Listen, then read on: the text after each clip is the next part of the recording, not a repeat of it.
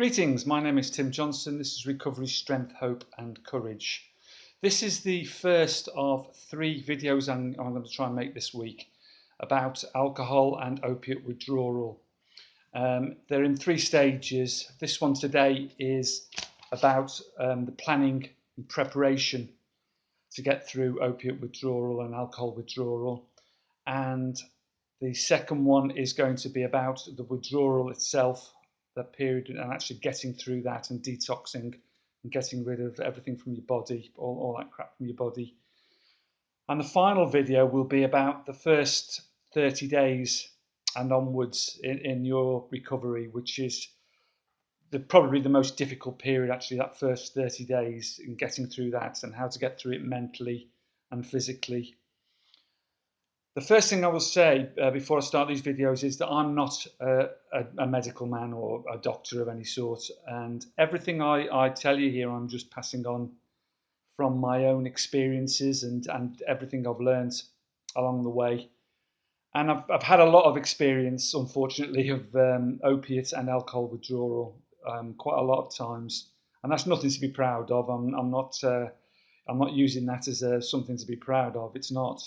But what it's taught me a lot. It's taught me about the best way to get through it, because it's never going to be a good experience or you know, it's only going to be sort of a painful and unpleasant experience, varying degrees. And what I will say is that every single person is different, and every single withdrawal is different, and that goes for all the ones I've had in my life as well, and there's been many.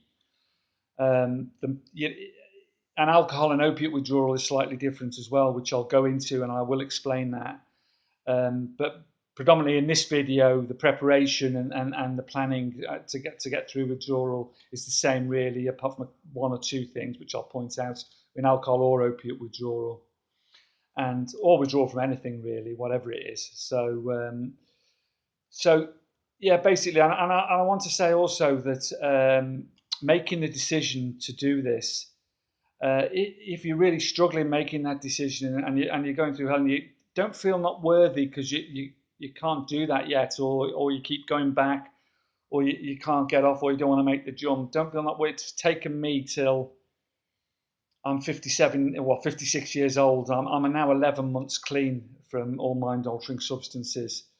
But it's taken me till now to find the courage and the strength and the know-how and the wherewithal, if you like, and find my path. And believe you me, it's worth it once you get there. It really is. So don't feel not worthy or anything sort of less if you can't do this at the moment, because you'll always have, this will always be here for you to look back on and give it a go. You've got to be ready, and you've got to really want it. And you may really want it, but just can't do it or get through that fear. Well, again, and the only reason I make these videos is that, I don't want you to be 56 years old or older or whatever until you make this decision and make this jump.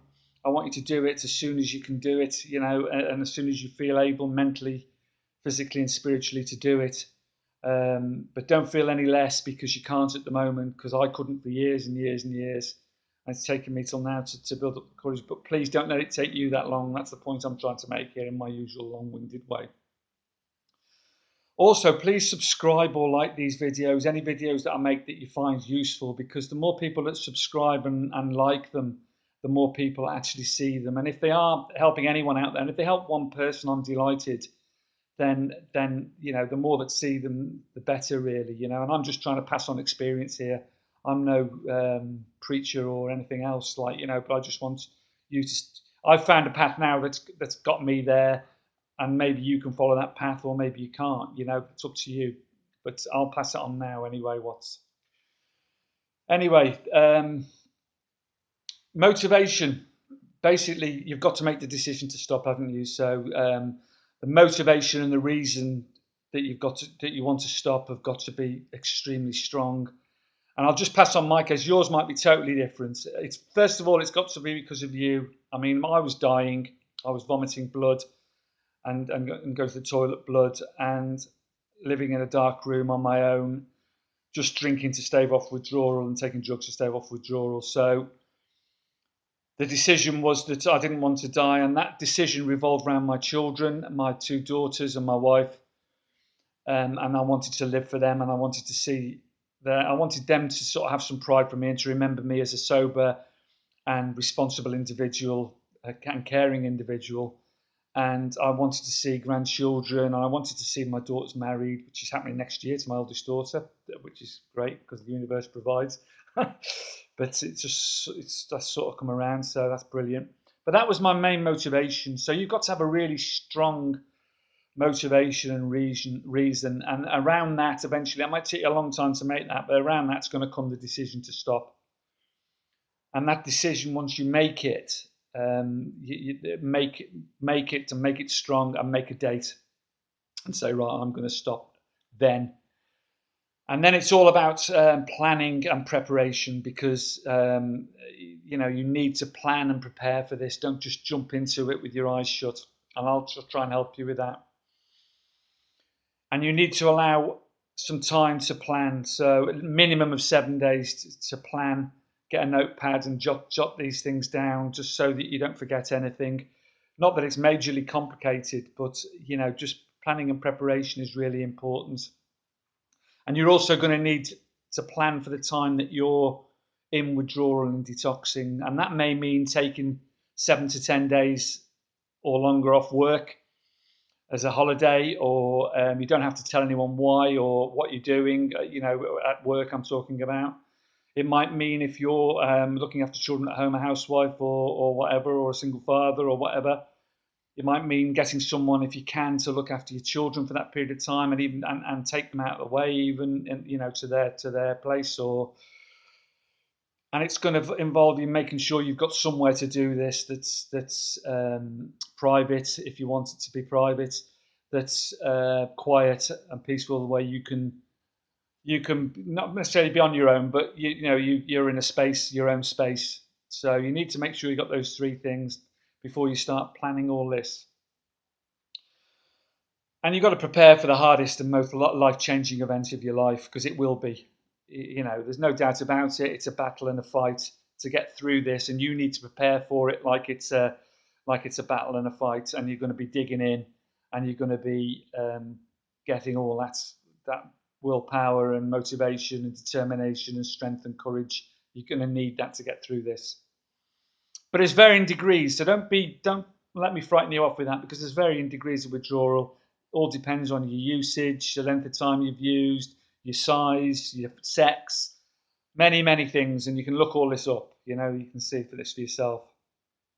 So in the 7 days you're planning, first of all, get nutritious, easy to eat food in. Lots of fresh fruit and vegetables. Get it in your fridge, ready, easy to eat. You're not going to feel like cooking, or it's great to eat these fruit and vegetables raw, little bits at a time when you're feeling like it during the withdrawal. Get nutrition into your body, obviously, and a supply of mineral water, or if you prefer that, get all that in and in your fridge ready. Make up nutritious meals, stews, soups with plenty of fresh vegetables, chicken bones and chicken in there, so you're getting all your major food groups in these nutritious soups and stews. Make 7 to 10 days, 14 days supply of these. Buy little freezer boxes and get them in the freezer. That's what I did. So that you just need to take them out and microwave them. You don't have to go to the faff of even going out to the shops, because you're not going to feel like that. You may not feel like eating straight away. You're certainly not going to feel like preparing food. So get it all in, get it prepared, get it in the freezer, and get it ready. Get some high quality supplements in. Go to a reputable health shop. Get Mega B vitamins, perhaps a Mega multivitamin, but certainly Mega B vitamins, because your body needs them in withdrawal. Potassium, magnesium in good doses, but good quality ones. Cod liver oil, 1,000 milligram tablets daily, a dose of that, and high dose vitamin C. You're going to need all these at the beginning as supplements. When you get a balanced diet, you won't need them so much. But at the beginning, when your body's repairing and your brain's repairing, you're going to need them. So get them in, but get high quality ones. Nurofen, if you're going to need painkillers, get some of that in.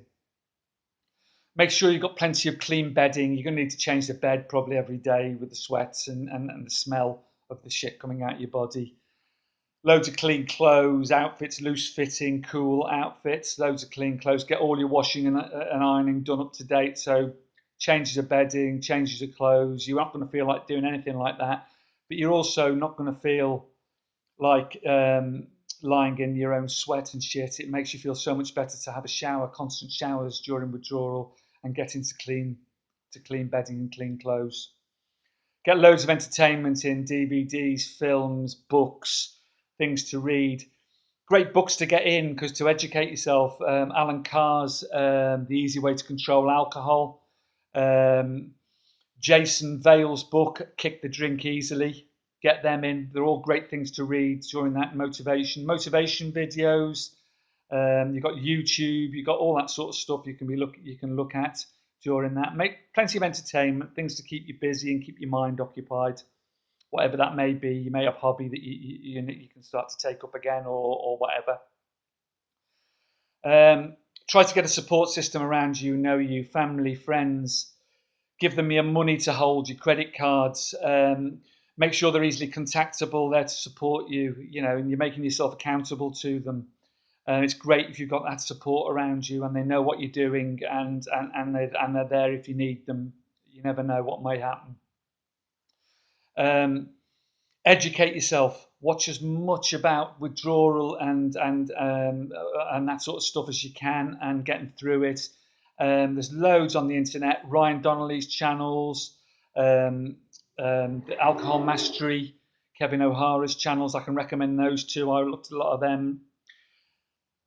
Once you've done all that and you've got all that in your brain, get to the doctors if you feel you need to. With alcohol withdrawal, people are worried about seizures and stuff like that. I did it all cold turkey. I'm not saying you should do that, because I was drinking heavily. Perhaps I should have gone to the doctors, but I got through it. And if you read the information about seizures, they're very few and far between. But go, please. Don't let me stop you. Go and get some recommendations from the doctor. Tell him what you're doing. Make him aware. He may give you some medication. I would personally avoid medication if it was up to me. But if you're your own person, you know if you need it or not. Tapering, I'll talk about in another. I don't believe you can moderate and taper alcohol. It doesn't work like that. But with Suboxone and Methadone and things like that, and perhaps with some opiates, you can taper down slowly before the withdrawal. Very, very slowly. But if you're going to do that, you need to do it 3 months, 4 months before you even think about stopping, and do it very, very slowly. Look up information on that. Begin deprogramming your brain. 20 years ago, 70% of people smoked. It was the norm, because we'd all been programmed to say that it relaxed us and it was cool to smoke and it looked good to smoke. But there's no reason you should drink now, because all the information's out there about what drink does to you. So start deprogramming your brain, because it's about embedded synaptic connections in your brain. Years and years and years of drug and alcohol abuse perhaps have programmed your brain, because your brain always goes for the comfortable option.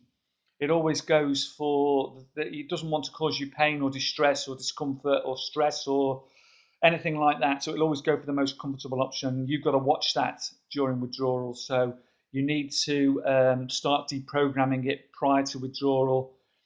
And then, you start thinking in new ways, and what seemed impossible becomes habitual. And I'll go into that in the next couple of videos. Don't allow programming of the past to control the future, is what I'm saying. What we're doing is breaking a dependency. Once we've broken the dependency in the withdrawal, the hardest work is reprogramming the mind afterwards. It always seems impossible till it's done. Nelson Mandela said that, don't forget. The next video is about withdrawal and what to expect during withdrawal, what you're going to go through, the pain, the symptoms, all the rest of it, how to get through that. And please subscribe or like this if so more people can see it, if it's going to help, if you feel it's helpful. And don't forget a couple of things. Bravery is the absence of fear. Being brave is having that fear, but finding a way through it. Finding a way through the fear. If you're fearful, bravery is finding a way through that, and you need to do that somehow. Life's not about how many breaths you take.